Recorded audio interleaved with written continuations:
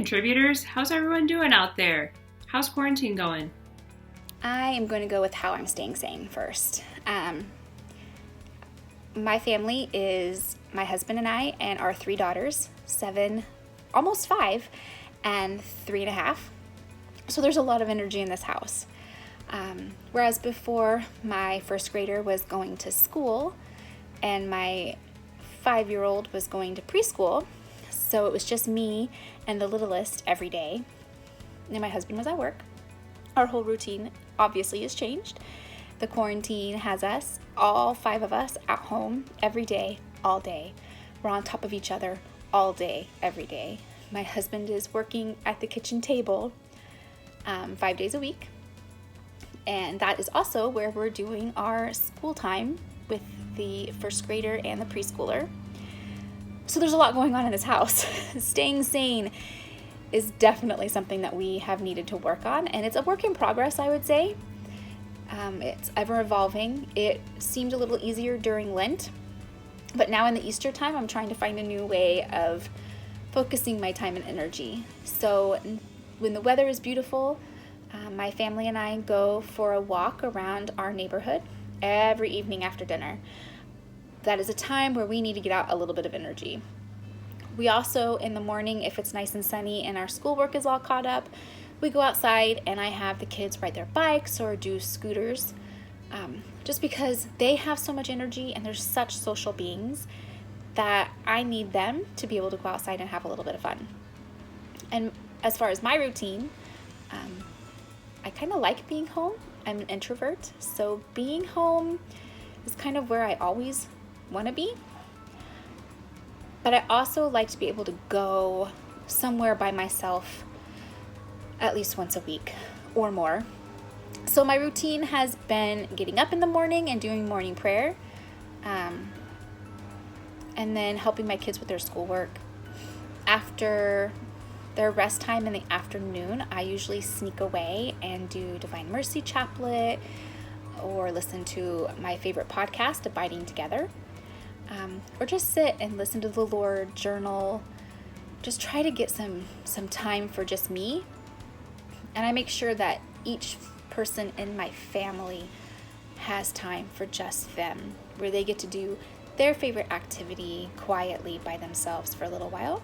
So when I think about life in quarantine and how that's been going so far, I would say it's a really mixed bag for me.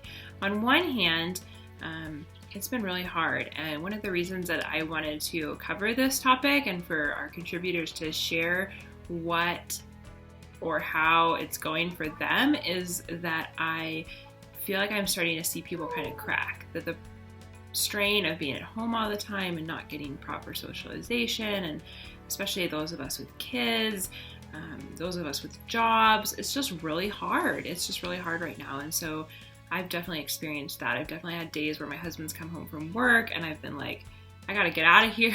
Like, what am I doing? Definitely days where I felt totally crazy, like I'm losing my mind. And so those have been definitely hard moments for me. But I've also had a lot of good moments in quarantine. I think that for me, I have 3 kids. They're 6, 4, and 2, and I work full time. And so this has been a really big change to the way that we do life, where there's no more running out the door in the morning. There's no more of my husband and I passing each other on our way in and out of the door to work or home from work. And I've gotten into some new routines that I think are really good for me. Routines like making sure I go outside once a day, making sure that I spend time with the Lord each day, making sure that I'm not just working and sleeping and mothering and that's it, that I'm really able to be a little bit more present in my own life and maybe more importantly in the lives of my young kids. I have never had the opportunity to be a stay-at-home mom. I've always worked since my kids were very young, and so this is really the first time that I have had dedicated time with them that's not divided by 8 million other things. Now, that being said, I am still working, luckily, thankfully, and my husband is also still working. He's an essential employee, and so he's actually working outside of the home each day.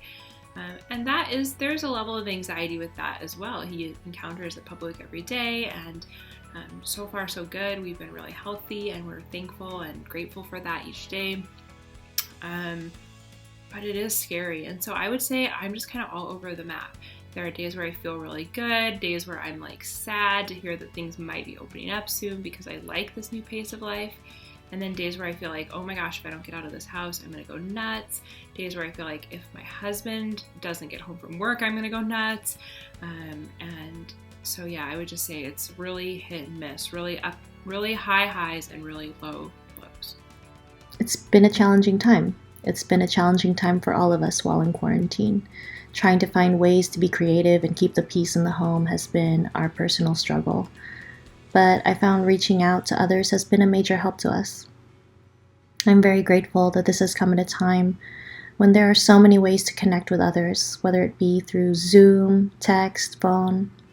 Everyone is just a click away.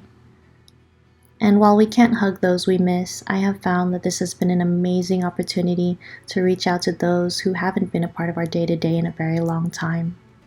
It's been comforting to know, no matter who you reach out to, we have this one moment in time connecting us all together again, and we've all been in need of that connection.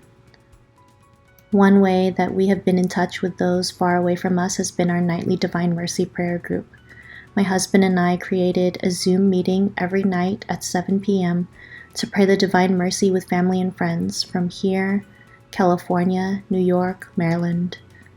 We've had this ongoing prayer intention list for those we know who are working the front lines, all essential workers, those we know who are ill, and those we know who have passed away due to COVID-19. And every time that list grows, it is heartbreaking. But our prayer warriors continue to carry everyone through this journey. And it's created a bond that I am very thankful for, and it has personally strengthened my faith during this time as well. From a work perspective, I have found that I am still busy, but in different ways. I teach private piano and voice lessons, as well as work with choirs in the area, so to teach music virtually has been a unique challenge. It's definitely pushed me to be more creative with my students. But it's also been therapeutic to have music in our quarantine routine. In my spare time, I've dusted off my sewing machine and I have been making masks for people in need. I've been exercising, and while I had a lull by week 4 or 5, whenever the quarantine snacks started kicking in, friends have shared with me exercise classes that have been live streaming. I even FaceTimed with a friend recently and we exercised together, which was pretty fun. As a family, we've been playing board games, video games, gardening, cooking. And while my children will go from 0 to 100 pretty much every single day, I have been constantly reminded by everyone to just give myself some grace. Try to balance mind, body, spirit, emotions. So trying to balance all these things and help my family through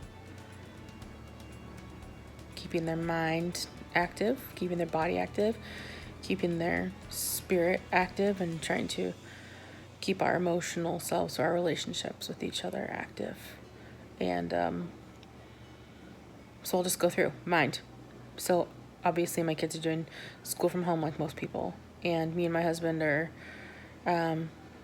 maybe lacking in this because we're just kind of like helping our kids with it, but at least we're staying active because they're staying active.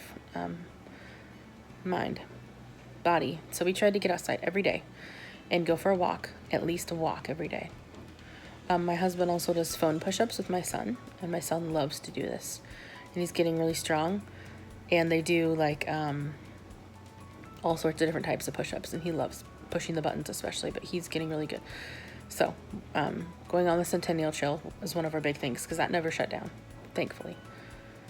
So spirit, I think is the next one. Spiritual. So trying to do church online is hard.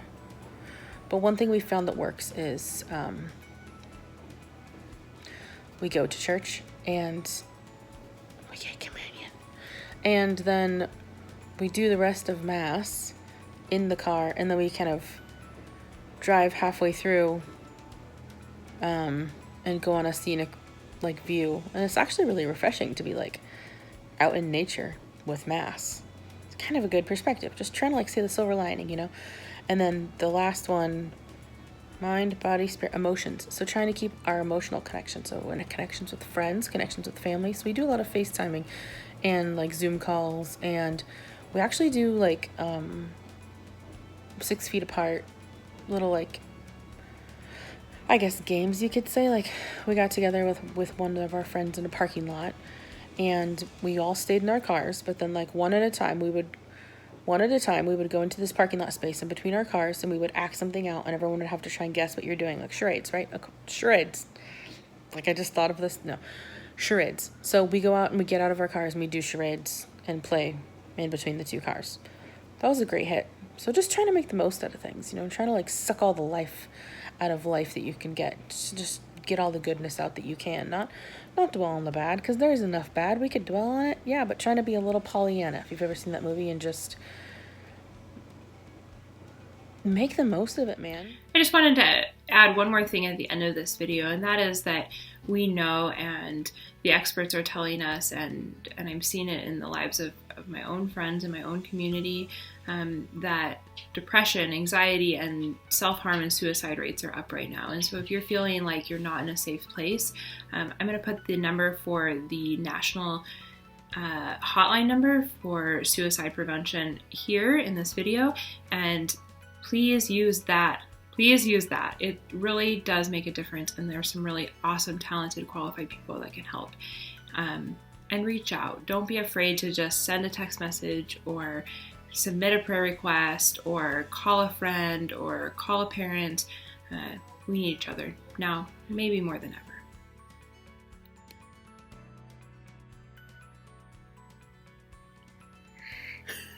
ever. Are you nervous? How's it going being in quarantine?